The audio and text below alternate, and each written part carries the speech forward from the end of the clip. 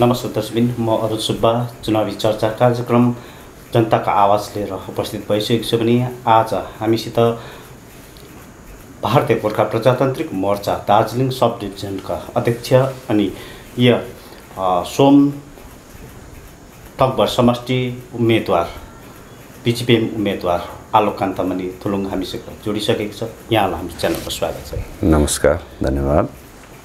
सर्वप्रथम पहिला त तपाईको चुनावी अहिले प्रचार प्रसार के कस्तो चलिरहेछ?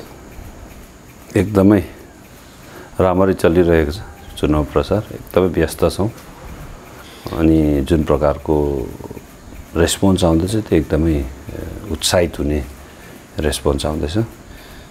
अहिले पहाडमा हेरौँ भने यो चुनावी प्रचार प्रसारमा अलिकति दिन प्रतिदिन समय पनि नजिकिँदै गइरहेको छ। एउटा यहाँनिर सोम तकभर समष्टिलाई हेरौँ भने 8 जनाको उम्मेदवारहरू यहाँनिर खडा भएको है चुनावी मैदानमा उत्रिसकेको देखा परिरहेको छ। तपाईँ एउटा भारतीय गोर्खा प्रजातान्त्रिक मोर्चाको सब डिभिजन दार्जिलिङ सब डिभिजनको अध्यक्ष पनि हुनुहुन्छ र यहाँ उम्मेदवारी पनि दिइराख्नु भएको छ।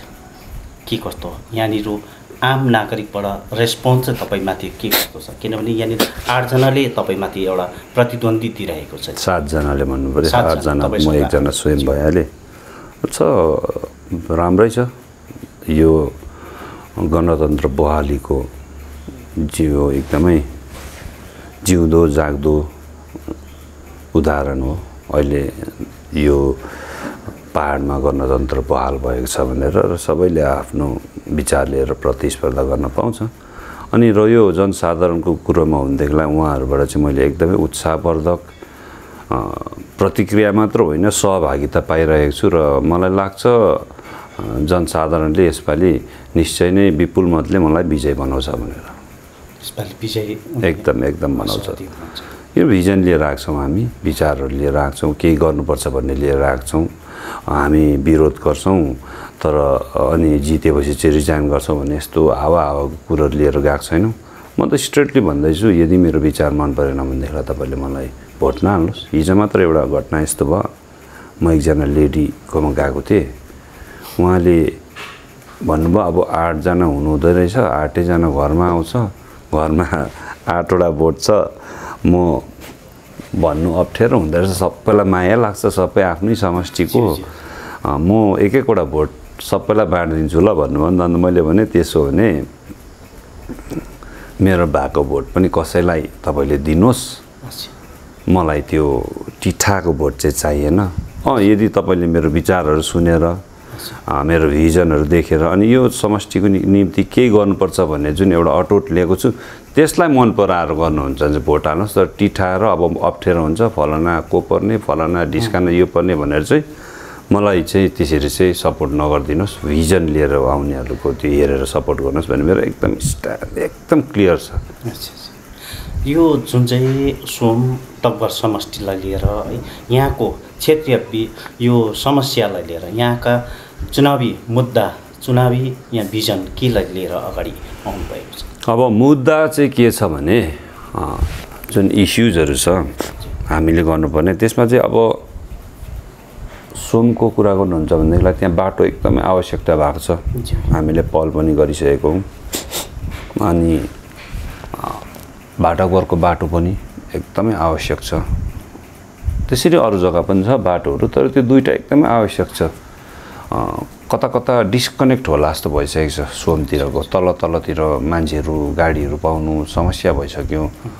भाटाघर त झन् टोटल्ली डिस्कनेक्टेड भएको छ। तपाईँको यत्रो ठुलो गाउँ छ, एकदमै ठुलो पपुलेसन भएको एरिया हो त्यो, तर जुन जामुने रोड बन्यो त्यसले चाहिँ भाटाघरलाई चाहिँ टच भएन एउटा पनि। बरु त्यो जुन भाटाघरको त्यो जुन बाटो थियो त्यही डिस्कनेक्टेड लाग्छ। यस्तो कुराहरू छ। अनि समाजघरहरू मसिनो यस्तो बुनियादी सुविधाहरूदेखि वञ्चित छ सम्पूर्ण समष्टिवासीहरू। र यो कुराहरू लिएर अब भन्दैछौँ। अनि भिजनको कुरा गर्छौँ भने चाहिँ समष्टिमा पर्यटन क्षेत्रको विकास होस्। एउटा जुन सोममा छ एउटा खोल्चा छ, फल्स भनौँ हामी, खोल्चा भन्छौँ, झरना है, छाँगो भन्छौँ। एकदमै मनोरम छ, एकदमै मनै यस्तो भुल्याउने लट्याउने खालको त्यो यति सुन्दर जग्गा छ त्यो कसैको नजरमा परेको छैन। अनि त्यसलाई हामी एउटा पोइन्टको हिसाबले टुरिज्म पोइन्टको हिसाबले डेभलप गर्ने, किनभने यो छ्याङछ्याङ माथि के अरे भिक्टोरिया भन्थ्यो त्यो पहिला थियो एउटा पोइन्ट, तर अहिले छैन, त्यो सुकिसक्यो। अनि त्योभन्दा राम्रो छ अझै तपाईँको। अनि त्यहाँ पुग्ने बाटोहरूको निर्माण, अनि त्यहाँ एउटा टुरिज्म पोइन्टको अझै निर्माण गर्ने बनाउने। 7 तालेमा यो राम्रो जग्गा छ, 7 ताले भने शान्ति पर्वत मुनि छ, त्यहाँ पनि कसरी हुन्छ एउटा पोइन्ट हामी बनाउने। यो तल त जुन दोभानहरू त एकदमै राम्रो छ, त्योहरू भयो। अनि टिस्टासम्मको म बारम्बार भनिरहन्छु, टिस्टासँग जोड्ने जुन पुरानो एउटा हाम्रो ट्रेड रुट जस्तो थियो तल 68 को जुन त्यो भल पहिरोदेखि चाहिँ त्यो डिस्कनेक्टेड भएको छ, त्यसलाई कसरी हुन्छ फेरि पुनः सञ्चालन गरेर अझै राम्रोसँग बढाएर चाहिँ एउटा दार्जिलिङलाई अल्टरनेट हाइवे पनि दिने, यो चाहिँ भिजनहरू छ हाम्रो। अनि त्यो भइसकेपछि शिक्षित जमातले मात्र होइन, कमसेकम आफूमा कुनै पनि स्किल भएको मान्छे जो शिक्षितै छैन भने पनि केही गरी खानु सक्ने, यदि यो टुरिज्म यहाँ फ्लोरिस हुन्छ यहाँ भनेदेखिलाई चाहिँ केही गरी खानु सक्ने जुन एउटा स्थिति, जुन प्रकारको यहाँ माहौल बनिन्छ, त्यो चाहिँ हाम्रो भिजन छ। जामुने बनाउनु सक्थ्यो, किनभने जामुने सुभाष घिसिङज्यूको पालोदेखिको डेभलप भएको हो। ब्रिजहरू सुभाष घिसिङज्यूले बनाइदिनु भएको हो। जामुनेको झिल सुभाष घिसिङले 2007 अघि नै खन्नु थाल्नु भएको हो। अनि 2017 सम्म, अब 7 देखिको 10 वर्षमा त्यो कम्प्लिट हुनुपर्थ्यो प्रोजेक्ट। धेरै लामो अन्तराल हो, 1 दशक, किनभने काम त त्यतिको भइरहँदै थियो। 7 देखि यता 8, 9, 10 तिर पनि भएको हो, त्यहाँ भइरहेको थियो। यो जिटिए भइसकेपछि भएको भन्ने कुरो होइन, पहिलादेखि कन्टिन्युएसन थियो त्यहाँ काम। धेरै अघि हो, तर अब जुन त्यो तीव्रता भनेको चाहिँ सायद 2006 देखिको हो त्यहाँ, र त्यो कम्प्लिट भएन। कम्प्लिट हुनुपर्ने हो यो कुरोहरू, अझै कम्प्लिट गरेर जुन छ आधा कल्चर जुन प्रकारको सरकारी अथवा जनताको पैसा त्यहाँ बर्बाद भएको छ त्यो उकास्नुपर्छ। त्यसलाई अझै फर्दर हामीले डेभलप गरेर त्यसलाई एकदमै फङ्सनल बनाउनु पर्यो जामुनेको टुरिज्म स्पटहरू। यहाँ तल सिङ्लामा पनि त्यस्तै छ, रिजोर्ट बनाइएको छ जिटिएबाट, आधा कल्चर छ। अनि यता त्यहाँ थुप्रै सम्भावनाहरू छ त्यहाँ पनि तपाईँको। त्यो म लङ हुन्छ भनेर नभनेको, यहाँ प्रोबाबिलिटी चाहिँ एकदमै बेसी छ। भन्दाखेरि चाहिँ साह्रै बेसी अहिले भनिहाल्यो भने पनि मान्छेले भन्ने हुन्छ भनेर चाहिँ अझै थाँतीमा राखेको छौँ। लङ टर्म, सर्ट टर्म, यो सबै हिसाबले बनाएको छौँ। र यस्तो धेरैवटा कुरोहरू छ गर्नुपर्ने हामीले।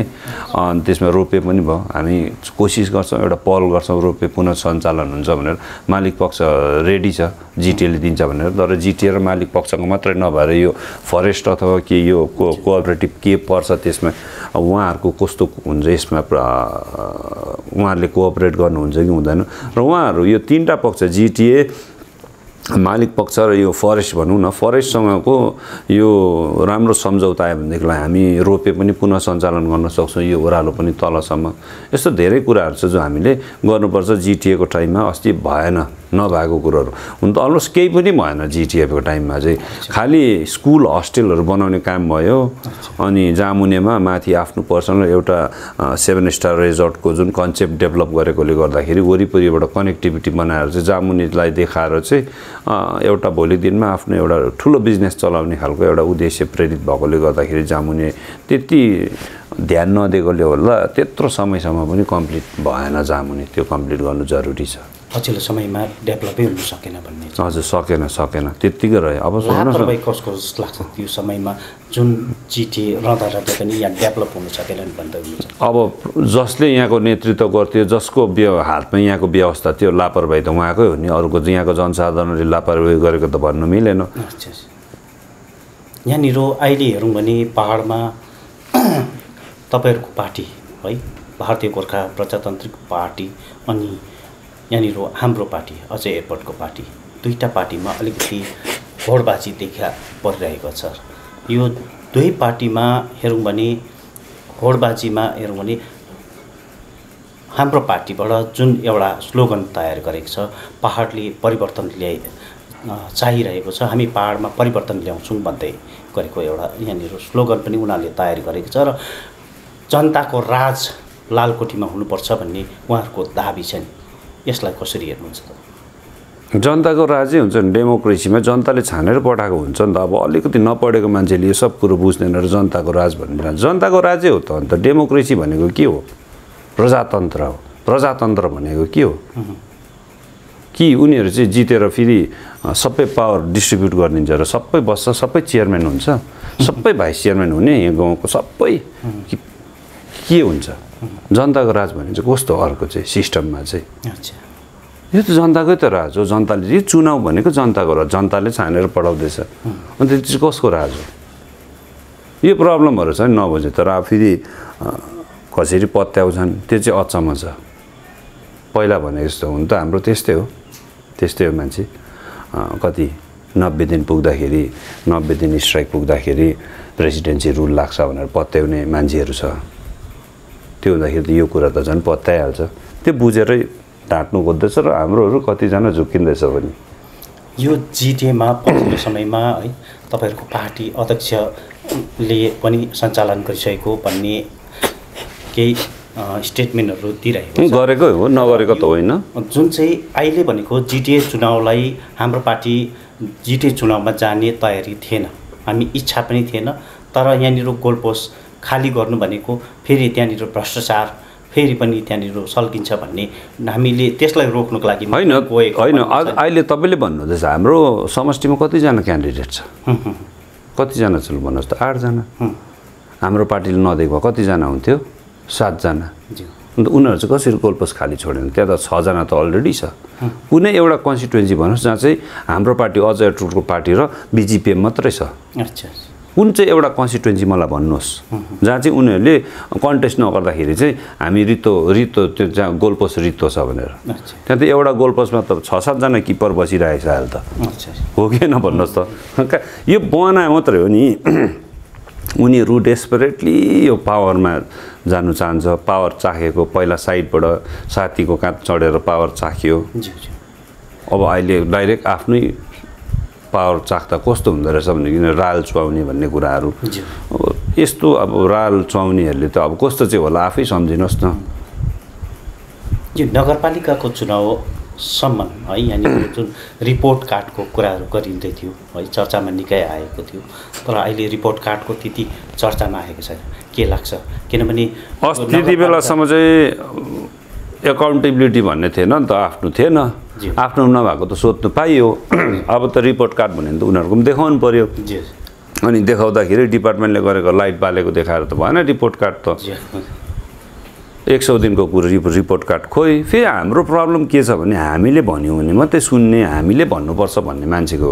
उनीहरूले पनि बुझ्छन् नि कसो गरिरहेको छ भनेर म्युनिसिपालिटीको इक्जाम्पल हेर्नुहोस् त केही जान्दैन म्युनिसिपालिटी चेयरम्यानले केही जान्दैन मेरो थुप्रो प्रमाणहरू छ उनीहरूको दाबी छ नि नगरपालिकामा हामीले बोर्ड बनाएपछि 3 महिनाभित्रमा धेरै डेभलप गरिसक्यो त्यही त अन्त जान्दैन के चाहिँ गर्यो डेभलप के गर्यो त्यो म्युनिसिपालिटीको जुन रेगुलर त काम भइराखेको हो के चाहिँ गरेको छ एउटा ठोस देखाओस् न उनीहरूको डेभलप टोइलेट बनाउनु त्योभन्दा अगाडि म्युनिसिपालिटीले के टोइलेटहरू बनाउँथेन सफा गर्नु त्योभन्दा अगाडि के म्युनिसिपालिटीले सफा गर्थेन त्योभन्दा अगाडि अनि पछिल्लो समयमा नगरपालिका बोर्डका कमिसनरहरू घर घरमा बस्थे खोज्न पर्थे तर अहिले भनेको नगरपालिकाको वार्ड कमिसनरहरू नाला झोडा साफसफाइमा लागि परिरहेछ घरमा भेटिँदैन भन्ने पनि छ नि उहाँहरूको होइन प्रेसर छ नि त उनीहरूले त आफै भन्दैछ Rome was not built in a day भनेर तर भन्दाखेरि चाहिँ रोम चाहिँ एकै दिनमा बनाउँछु भने यस्तो गरेर त्यो प्रकारको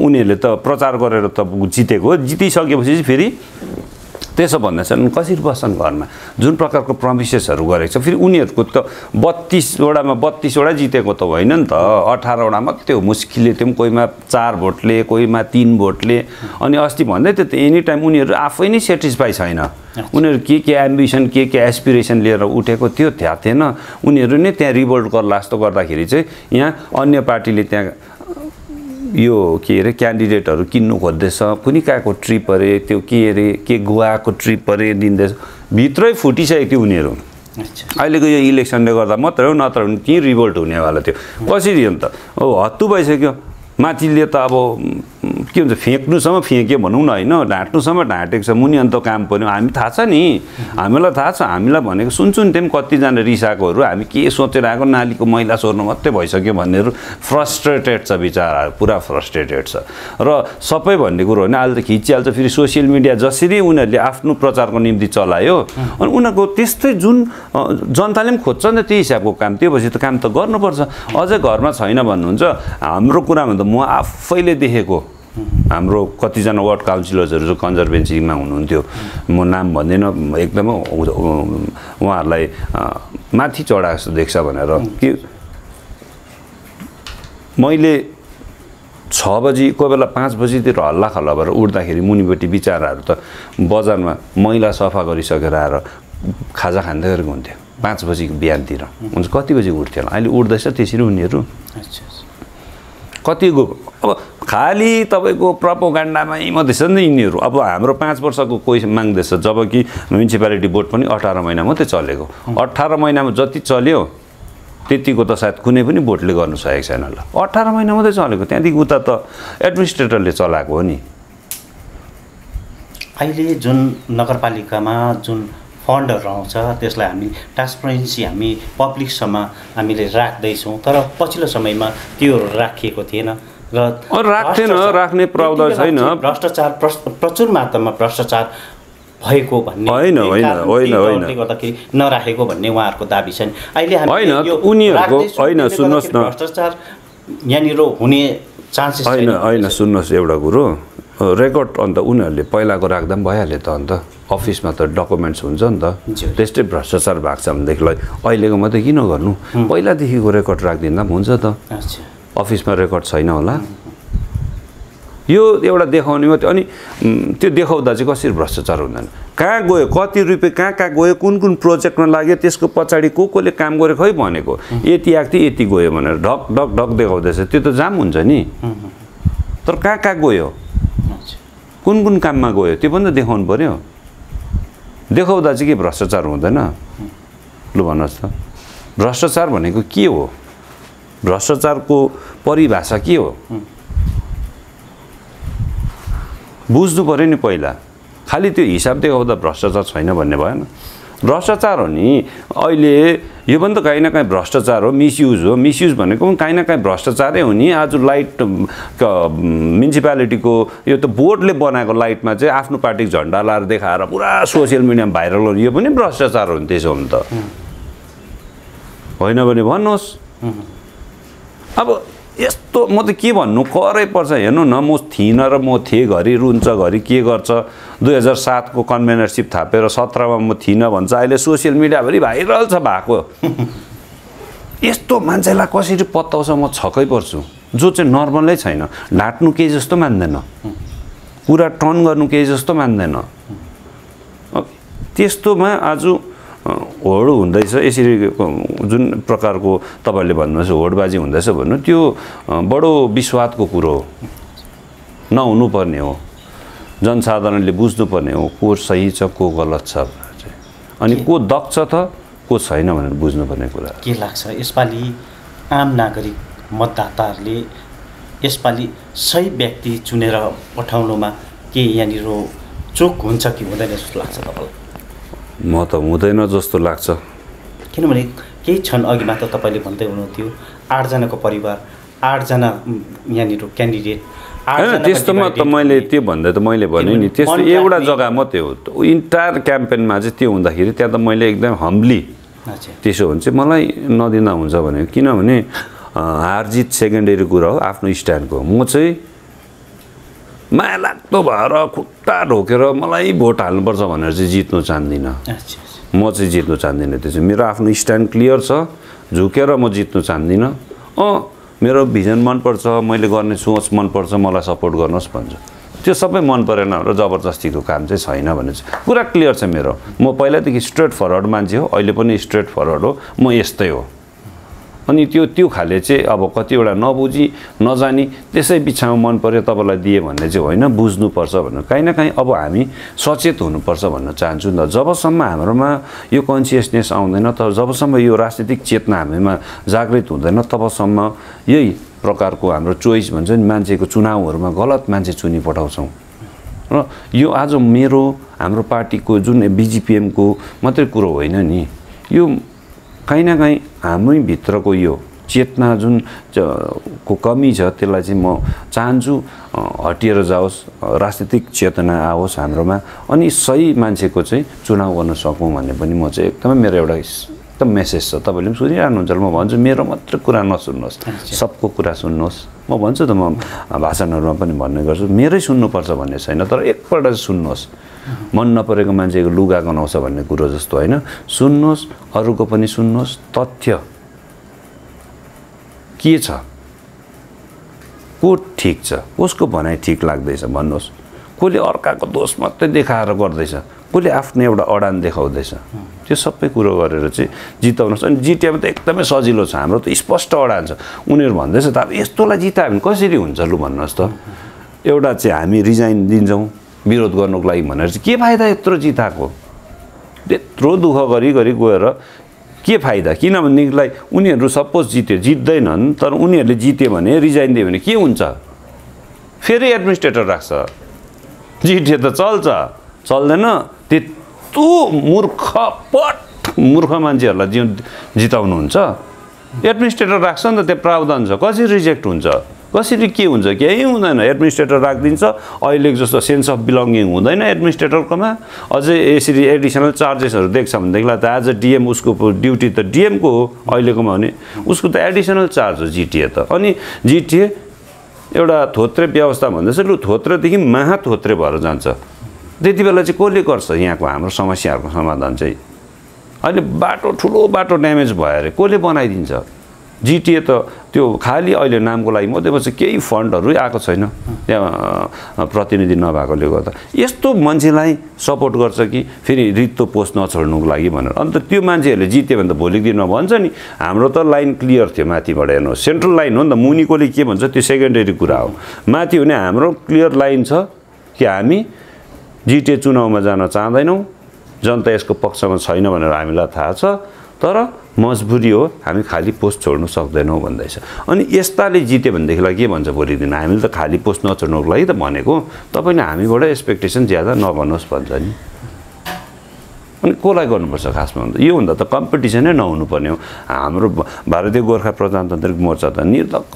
भएर क्याम्पेन नगरी सुत्नुपर्ने तर त्यो स्थिति छैन अब धेरै चेतनाको कमी छ त्यो चाहिँ अब आउनुपर्छ राज्य सरकारले यो जिटिए चुनावको नोटिफिकेसन जारी नगरिन्जेलसम्म यहाँनिर धेरै राजनीतिक अनि धेरै यहाँनिर सङ्घ संस्थाहरू पनि यो जिटिए चुनाव गरिनु हुँदैन भन्ने विरोधमा खडा उत्रेका थिए है तर पछि यो जब नोटिफिकेसन जारी गरिसकेपछि यो नामाङ्कन पत्र भर्ने बेलामा पनि यहाँनिर पार्टीको क्याडरभन्दा पनि बेसी मात्रामा यहाँनिर स्वतन्त्र उम्मेदवारहरू देखा परे के लाग्छ तपाईँलाई त्यही त भन्छ डेमोक्रेसी हो अनि जिटिए हुनु हुँदैन भन्ने कतिको गलत रहेछ यहाँ मान्छेको त्यो धारणा हो यिनीहरू अप्सनलेस त एक्सेप्ट गर्दैन जिटिए हुनु हुँदैन भनेदेखिलाई के हुनुपर्छ त्यो दिनुहोस् हामी त्यही पक्ष छ नि त लु जिटिए बाधा छ भने यसलाई हटाइदिनुहोस् तर अर्को त दिनु पऱ्यो नि त भोक लागिरहेको मान्छेलाई यो नखा अर्को हामी विचार गर्दैछौँ के बनाउनु पर्ने के दिनुपर्ने भनेर पाकेको पनि छैन भने त भएन नि त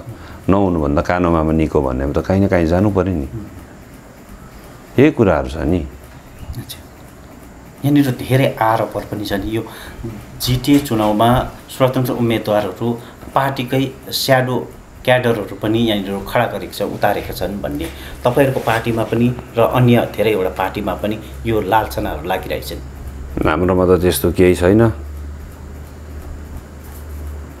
अरू पार्टीको हो भनेदेखिलाई त अब स्याडो होइन डाइरेक्ट उठाइरहेको छ कतिजना त क्याम्पेनिङ गरिसकेर पार्टी अफिसमा बसिरहेको पनि छ त्यस्तो भिडियोहरू पनि छ फोटोहरू मैले पनि उहाँहरूकोमा त्यो सेन्सै छैन एकदमै सेन्स छैन कि अनि उनीहरूलाई केही पनि छैन खासमा यो जनतालाई हामीले जे गर्दा पनि हुन्छ भन्छ नत्र कमसेकम यसो जोगिएको जस्तो गर्छ नि रिजाइन दिएपछि त पार्टी अफिस आउँदैन थुप्रै यस्ता तस्बिरहरू छ हामीसँग पनि किनभने अहिले त जसकोमा पनि फोन हुन्छ उभिएको मान्छे खिचिहाल्छ भिडियो बनाइहाल्छ त्यस्तो छ तर सबै चाहिँ होइन तर इन्डिपेन्डेन्ट उठे पनि पार्टीदेखि बाहिरको पनि धेरैजना छ नि तर यहाँनिर आम नागरिकहरूलाई हामीले धेरै जग्गामा है आम नागरिकहरूको पनि यो सुझावहरू हामीले जान्न चाहँदाखेरि अहिले भनेको जुन यो जिटिए चुनाव बजारमा त्यति चासो नदिएको देखा परिरहेको छ र यहाँनिर यो राजनीतिदेखि दिक्क वाक्क मानिसकेका है र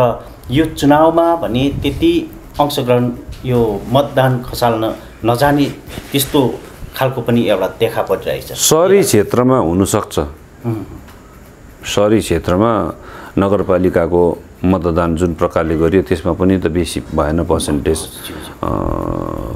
जनताको राज भन्छ, त्यहाँ जनताको राज छैन, एकदमै लिमिटेड छ। अनि जुनै पनि 32वटै अब उहाँहरूले त्यो जनता राज हामी जित्यौँ भन्छ, छैन, एकदमै छैन नि अहिलेसम्मको। त्यो उनीहरूले कतिवटा जितेको त त्यो बेसी डिभाइडेड भएर हो। अनि भोट कास्ट पनि त्यति छैन, उत्साहवर्धक छैन सहरी क्षेत्रको हामीले हेर्छौँ त्यो। अब उहाँहरूलाई केमा जित्दा नबुझेको त्यो त थाहा छैन। अब वाक्कै दिक्कै लागेको पनि हुनसक्छ, स्ट्राइक्सहरूले गर्दाखेरि, आन्दोलनले गर्दा वाक्कै दिक्कै लागेको हुनसक्छ, उत्साह छैन। तर योपालिको जिटिएमा अरू क्षेत्रमा हेर्नुहोस् तपाईँहरूले मतदानको जुन प्रतिशत हुन्छ, जतिको मत खसालिन्छ मलाई लाग्छ त्यो राम्रै खसालिन्छ यो अरू क्षेत्रहरूमा। त सहरी क्षेत्रमा पनि मलाई लाग्छ योपालि अलिकति उत्साह होला। अस्तिको पालि भन्दा 32वटा वार्डमा हाम्रो गणेश सार्की भाइ 18 नम्बर वार्ड क्लियर विन उसको मात्रै हो, टिएमसीबाट भाइ। मैले भने भाइ तिम्रो मात्रै हो क्लियर विन भनेर भन्नु, त्यसलाई चाहिँ जितेको भन्छ पहिलातिर हुन्छ, अरू चाहिँ जितेको हुँदैन भने जस्तो कि। हाम्रोमा त पहिला चाहिँ पाहाडमा चाहिँ जित्यो नि त, गणेश भाइको विरुद्धमा जति पनि उठेको थियो सबैको भोट जोड्दा पनि गणेश भाइ जितेको छ। न त अरूमा त कसैले जितेको छैन। एउटा क्यान्डिडेट म हो भन्छ नि, त्यो अरूको उठाउँदाखेरि 300, 400, 500को लिड छ। धेरै धेरै मतदानहरू जति को पक्षमा उसले जितेको छ त्यो 2-3वटा क्यान्डिडेटलाई चाहिँ को मत तपाईँले हेर्नुहोस्, 32वटामा 31वटामै अन्य विरोधी जुन क्यान्डिडेट्सहरू उम्मेदवारहरू सबैको मत जोड्दाखेरि चाहिँ जितेको भन्दा चाहिँ बेसी छ योपालिको ट्रेन्ड चाहिँ। त्यसले गर्दा हाम्रो हो भनेर नसोच्दा पनि हुन्छ, एनी टाइम फ्लक्चुएट हुन्छ मान्छेहरू। यहाँनिर धेरैवटा सङ्घ संस्थाहरूले अझै पनि भोट बाइकआउट गर्ने यो थाहा छैन मलाई कुन कुन सङ्घ संस्थाहरू, त्यो त मलाई थाहा छैन। अब हेर्नुहोस्, मैले त अहिलेसम्म देखेको छुइनँ। अब पार्टीहरू चाहिँ 1-2वटा गर्दैछ, इरेलिभेन्ट भइसक्यो उनीहरू बिचाराहरू, अप्रासङ्गिक भइसकेको छ। खालि झन्डा र केही समर्थक मात्रै छ। अब उनीहरू त चुनावमा आयो भने पनि सायद 45वटामा 45वटै क्यान्डिडेट त पाउँदैन होला। त्यो भएपछि त काहीँ न काहीँ फेस सेभिङ भन्छ नि, त्यो त चाहियो उहाँहरूको, र उहाँहरूको त्यो डिसिजनलाई हामी अनर गर्छौँ। काहीँ न काहीँ त होइन भनेर हात उठाउनै पर्छ नि त, तर ढङ्गले हात उठाएको उहाँहरू चाहिँ। हारको कारणले उहाँहरू चुनावी मैदानमा नआएको भन्ने तपाईँको भनाइ? हारको त होइन, एस्टिङ्क्ट हुन्छ नि, सकिन्छ नि कतिमा त। अब भरे एउटा समष्टिमा चाहिँ अन्त डल्लै समष्टिमा 20 भोट 30 भोट पायो भने चाहिँ के बोल्ने भोलिको दिनमा चाहिँ? जनाधारको पनि कुरा आउँछ नि त भोलिको दिनमा त। त्यसैको डरले चाहिँ त्यो हो नि, छँदै छैन। थाहा छ नि तपाईँलाई कतिवटाको त भन्नै पर्दैन। अस्ति म्युनिसिपालिटी इलेक्सनमा पनि क्लियर भयो नि कतिजनाको त।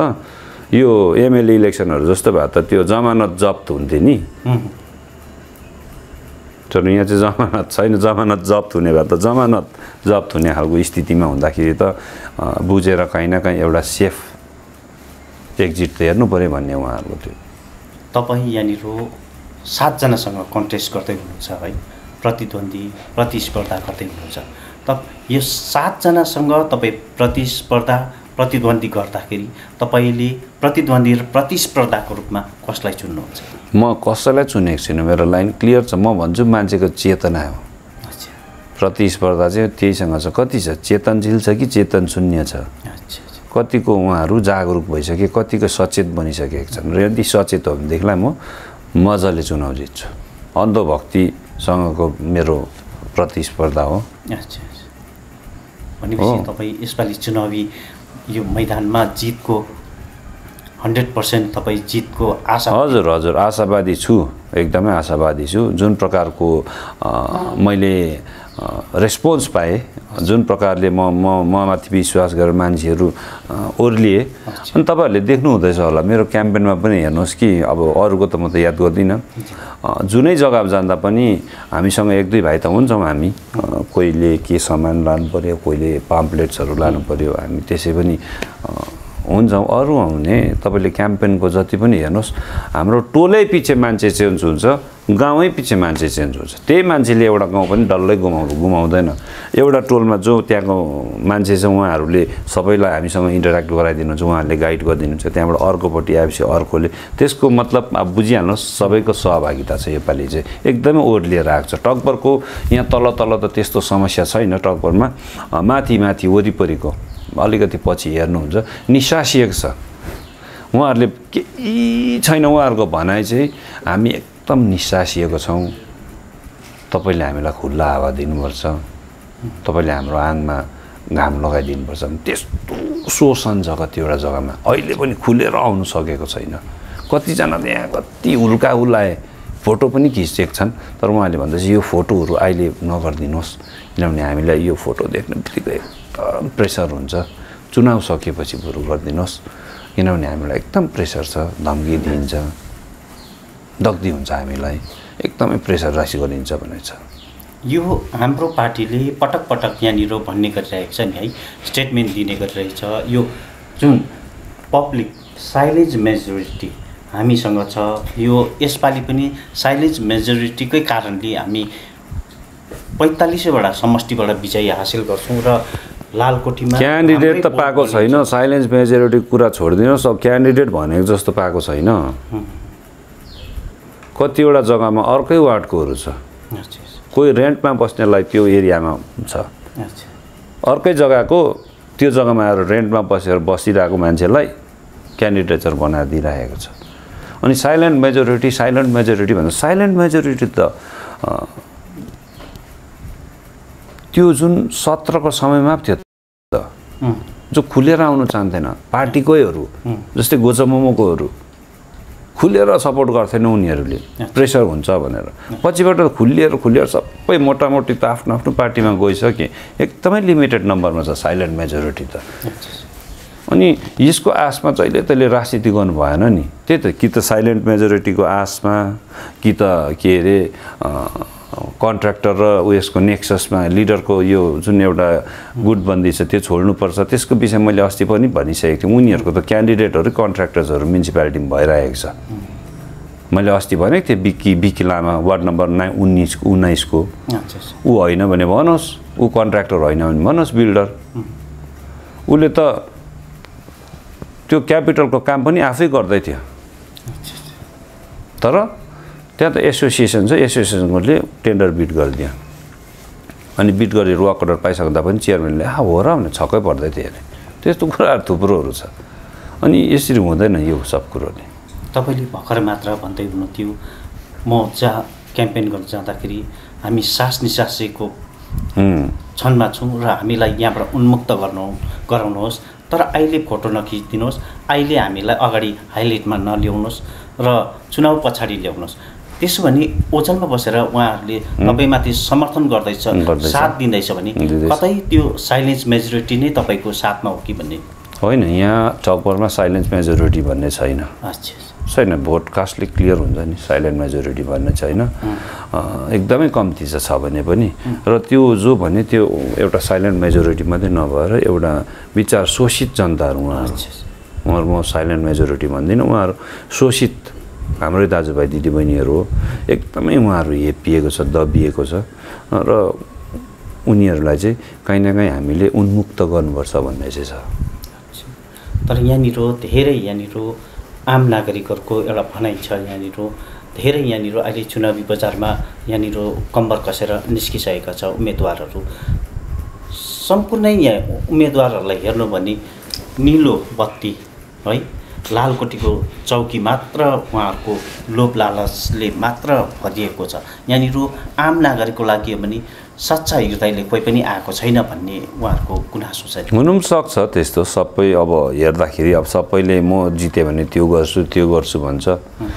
कन्टेन्ट जो विनिङ छ, बिजिपिएमले जित्छ अनि एउटा त्यो कहीँ न कहीँ सपोज कुनै जग्गाबाट एउटा इन्डिपेन्डेन्टले जित्छ भने उसले कसरी गर्न सक्छ यदि अपोजिसनमा बस्यो भनेदेखिलाई कतिवटा कुरो त गर्न सक्दैन अपोजिसनमा बसेपछि त कतिवटा पावर्सहरू उसकोमा हुँदैन यो प्रकारको फेक प्रमिसेसहरू छ सायद त्यो निलो बत्तीकै लोभले होला तर निलो बत्ती भन्ने कुरो सेकेन्डरी हो सिन्सियरली काम गर्न सक्नुपर्छ हामीले अनि जुन प्रकारको प्रमिसेसहरू हामी हेर्छौँ जुन प्रकारको दिँदैछ कतिजना हाम्रो उम्मेदवारहरू त्यो म देख्दा अचम्म लाग्छ कसरी गर्छ के गर्छ जिटिएको त्यो क्षमताभित्रको कुराहरू हो कि होइन यस्ता कुराहरू भइरहेको छ अनि एउटा क्रेज पनि अर्को पोजिटिभिटी चाहिँ के लाग्छ भनेदेखिलाई राजनीतिमा धेरै चासो राख्नेहरू पनि आएछ उम्मेदवारहरू त्यसलाई हामीले पोजिटिभली पनि हेर्नु पर्यो त्यो निलो बत्तीको क्रेजको नभनेर निलो बत्तीको पछाडि जाने नभनेर बरु धेरै